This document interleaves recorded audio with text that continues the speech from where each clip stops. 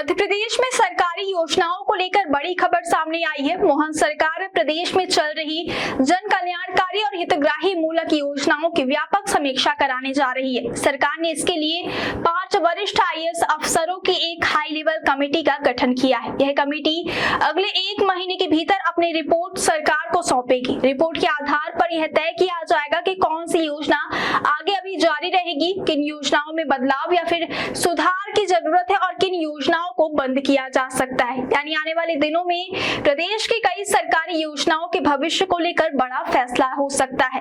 इसका सीधा असर उन लाखों लोगों पर पड़ सकता है जो अलग अलग सरकारी योजनाओं का लाभ ले रहे हैं। दरअसल मध्य प्रदेश में लंबे समय से कई जन कल्याणकारी योजनाएं संचालित हो रही हैं। इनमें कुछ योजनाएं मौजूदा सरकार के कार्यकाल में शुरू की गई तो कई योजनाएं पिछली सरकारों के समय से चली आ रही हैं। सरकार अब यह जानना चाहती है कि इन योजनाओं का वास्तविक लाभ जमीन पर कितना पहुंच रहा है।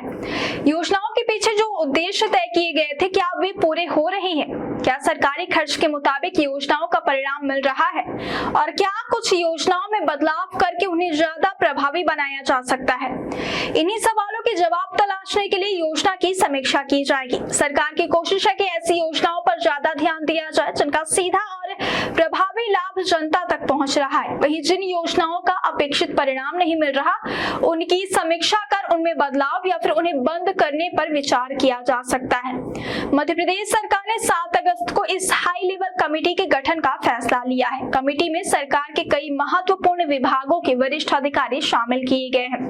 वित्त विभाग के अपर मुख्य सचिव को कमेटी का सदस्य बनाया गया है। इसके अलावा पंचायत एवं ग्रामीण विकास विभाग के अपर मुख्य सचिव भी कमेटी में शामिल हैं। खाद्य नागरिक आपूर्ति एवं उपभोक्ता संरक्षण विभाग के अपर मुख्य सचिव को भी समिति का सदस्य बनाया गया। यह विभाग सीधे राशन और खाद्य सुरक्षा जैसी महत्वपूर्ण सेवाओं से जुड़ा हुआ है। इसके साथ ही लोक निर्माण विभाग यानी PWD के प्रमुख सचिव और सामान्य प्रशासन विभाग यानी GAD के प्रमुख सचिव को भी कमेटी में शामिल किया गया। वहीं योजना आर्थिक एवं सांख्यिकी विभाग के सचिव को समिति का सदस्य सचिव बनाया गया है। सरकार ने कमेटी के लिए समय सीमा भी तय कर दी है। समिति को 1 महीने के भीतर अपनी रिपोर्ट सरकार को सौंपनी होगी। इस रिपोर्ट में योजनाओं की उपयोगिता, उनके परिणाम और सरकारी संसाधनों के इस्तेमाल का आकलन किया जाएगा। इसके बाद यह सुझाव दिया जाएगा कि कौन सी योजना जारी रखी जाएगी, किस योजना में सुधार किया जाए और किन योजनाओं को बंद करने पर विचार किया जा सकता है। सरकार का उद्देश्य योजनाओं को ज्यादा प्रभावी और रिजल्ट ओरिएंटेड बनाया बताया जा रहा है। जानकारी के मुताबिक सरकार की समीक्षा के दायरे में 18 से ज्यादा हितग्राही मूलक योजनाएं आ सकती हैं। खास बात यह है कि इस बार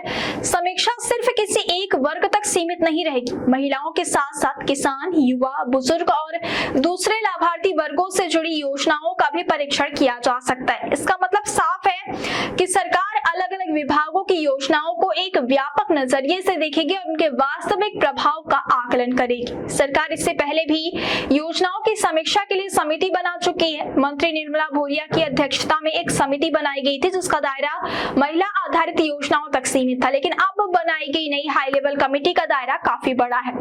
यह प्रदेश की विभिन्न वर्गों से जुड़ी हितग्राही मूलक और जन कल्याणकारी योजनाओं की समीक्षा करेगी। अब सबसे बड़ा सवाल यही है कि इस समीक्षा के बाद कौन सी योजनाएं बचेंगी और किन योजनाओं पर सरकार कैंची चला सकती है। फिलहाल किसी योजना को बंद करने का फैसला नहीं हुआ है। पहले कमेटी योजनाओं की समीक्षा करेगी और अपनी रिपोर्ट सरकार को देगी। इसके बाद सरकार अंतिम निर्णय लेगी।